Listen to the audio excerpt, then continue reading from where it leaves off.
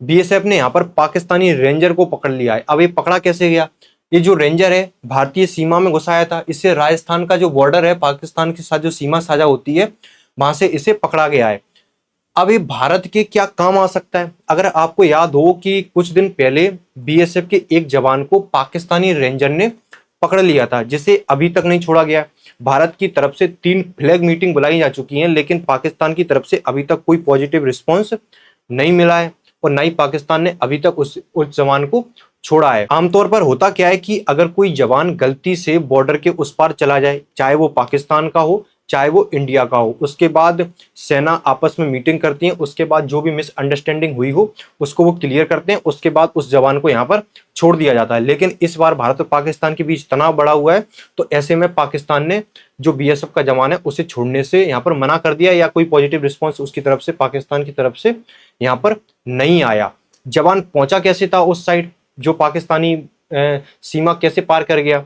तो बताया जा रहा है, जो अभी तक खबर आ रही है उसमें कहा जा रहा है कि जवान जो उस बॉर्डर एरिया की जो किसान है ना, उसकी सुरक्षा के लिए, क्योंकि बॉर्डर एरिया में हाई सिक्योरिटी होती है और बॉर्डर के पास जो फसलें हैं किसानों की उनकी कटाई चल रही, तो उस समय बीएसएफ की तरफ से जवान वहां पर तैनात किए जाते हैं, जिससे किसी भी बिना किसी रुकावट के या बिना किसी टेंशन के आसान से किसान अपनी फसल को काट सकें, उसके लिए वहां पर इन सैनिकों को तैनात किया जाता है। अब जो जवान थे बीएसएफ के, वो एक पेड़ के नीचे जाकर वहां पर बैठ जाते हैं। उनकी बताया जा रहा है कि तबीयत थोड़ी सी खराब थी, उन्होंने उस पेड़ की छाव में आराम किया और उनकी वहां पर लग जाती है नींद।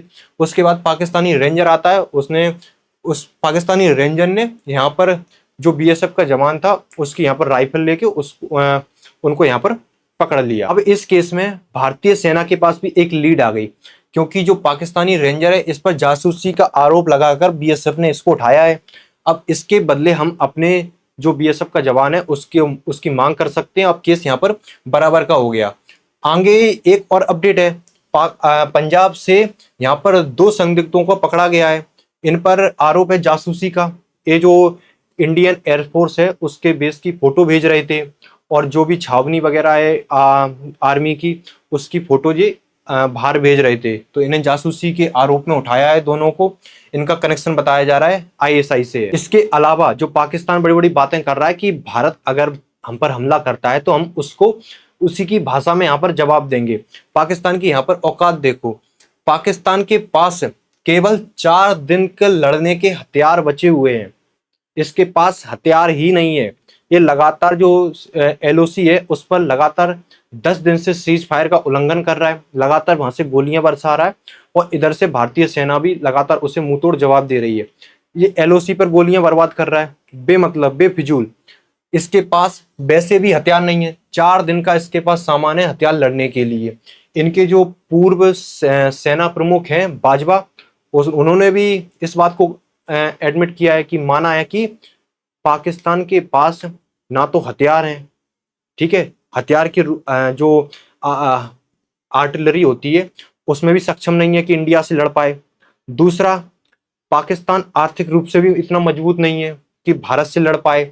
ये दोनों बात किसने कही है? जो पाकिस्तानी सेना के प्रमुख थे, पूर्व प्रमुख हैं बाजवा, उनके द्वारा कही गई है। दूसरी तरफ इंडिया की खबर देखो, जबलपुर जो ऑर्डिनेंस फैक्ट्री है उसमें जो कर्मचारी हैं उनकी छुट्टियां यहाँ पर रद्द कर दी हैं कि लगातार हथियार बनाओ, उनकी छुट्टियां यहाँ पर रद्द कर दी गई। दूसरी तरफ पाकिस्तान के पास हथियार नहीं है, और एक तरफ भारत के यहाँ पर जो कर्मचारी हैं उनकी छुट्टियां यहाँ पर रद्द की जा रही हैं कि लगातार हथियार बनने दो। और एक बात और बताऊं मैं आपको, जो रूस में पाकिस्तान का एनवॉय है, उन्होंने एक इंटरव्यू दिया।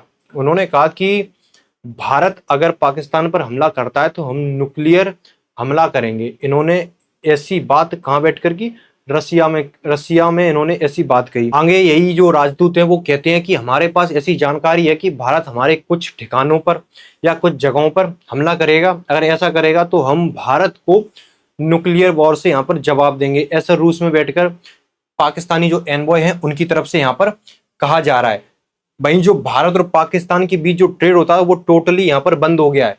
पाकिस्तान के जो बंदरगाह हैं वहां पर भारतीय झंडे का कोई भी जहाज आता है तो उसकी एंट्री यहाँ पर पाकिस्तान ने बैन कर दिए, क्योंकि एक दिन पहले भारत ने जारी कर दिया था कि भारत का पाकिस्तान का कोई भी जहाज या पाकिस्तानी झंडा उस जहाज पे लगा होगा उसको उस बंदरगाह पे एंट्री बैन है। यानी कि अब तो ना दूसरे देश के माध्यम से भारत और पाकिस्तान के बीच व्यापार होगा, ना ही सीधे रूप से कोई भी भारत और पाकिस्तान के बीच यहाँ पर व्यापार होने वाला है। इसके अलावा एयरफोर्स के जो चीफ हैं उन्होंने प्रधानमंत्री के साथ मुलाकात की है, तो इससे भी बड़े संकेत मिल रहे हैं कि तैयारी यहाँ पर जो लोग पाकिस्तानी लोग बोल रहे थे ना कि क्या हो गया, इंडिया आया नहीं हमला करने, क्या हो गया, भूल गए क्या, जो इस तरीके की तैयारी आजकल भारत दिखा रहा है अपनी तरफ से, एकदम से ऐसा दिखा रहा है कि सब कुछ शांत हो चुका है, लेकिन तैयारियां अपनी तरफ से पूरी चल रही हैं। जैसे मैंने बताया, जो जबलपुर ऑर्डिनेंस फैक्ट्री है जिसमें हथियार बनते हैं,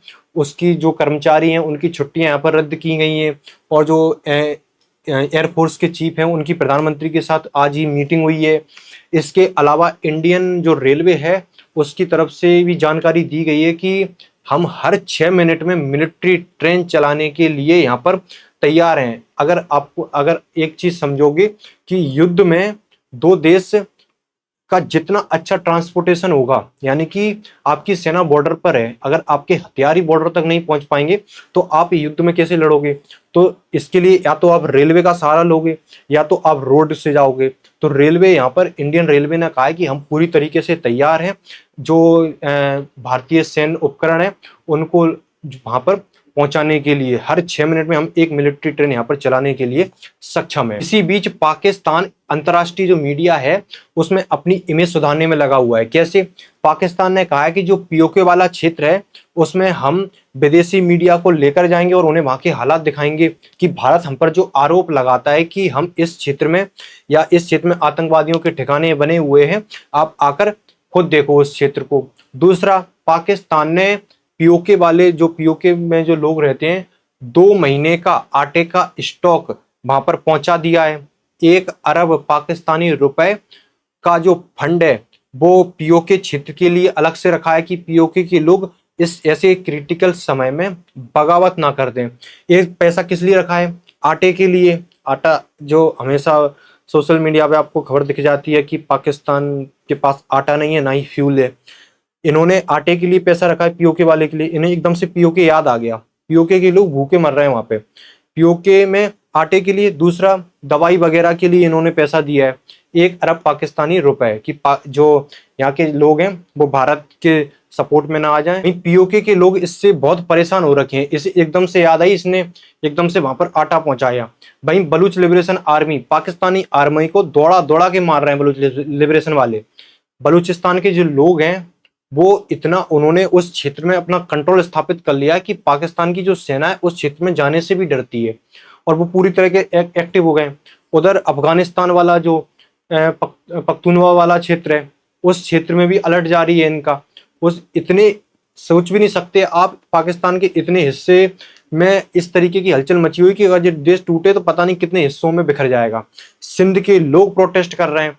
जो पानी बंद हुआ उसके बाद पाकिस्तान ने एक प्रोजेक्ट लाया था, उसमें पाकिस्तान का पूरा जो कॉन्सेंट्रेट रहता है वो पंजाब वाले प्रांत में रहता है। पंजाब के लिए इसने 6 नहर बनाने की बात कही। उसके बाद बलूच लिबरेशन जो सिंध के लोग हैं वो उन्होंने इसके लिए प्रोटेस्ट कर दिया कि हम क्या करेंगे। तो इस तरीके की पाकिस्तान में हलचल मची हुई है। इनकी आर्मी का मोरल यहाँ पर डाउन है, आर्मी में बगावत हो रखी है, सैनिक यहाँ पर छोड़कर भाग रहे हैं इनके। तो इस तरीके से, लेकिन इनके जो नेता हैं वो इनकी बयानबाजी लगातार आ रही है कि हम तैयार हैं।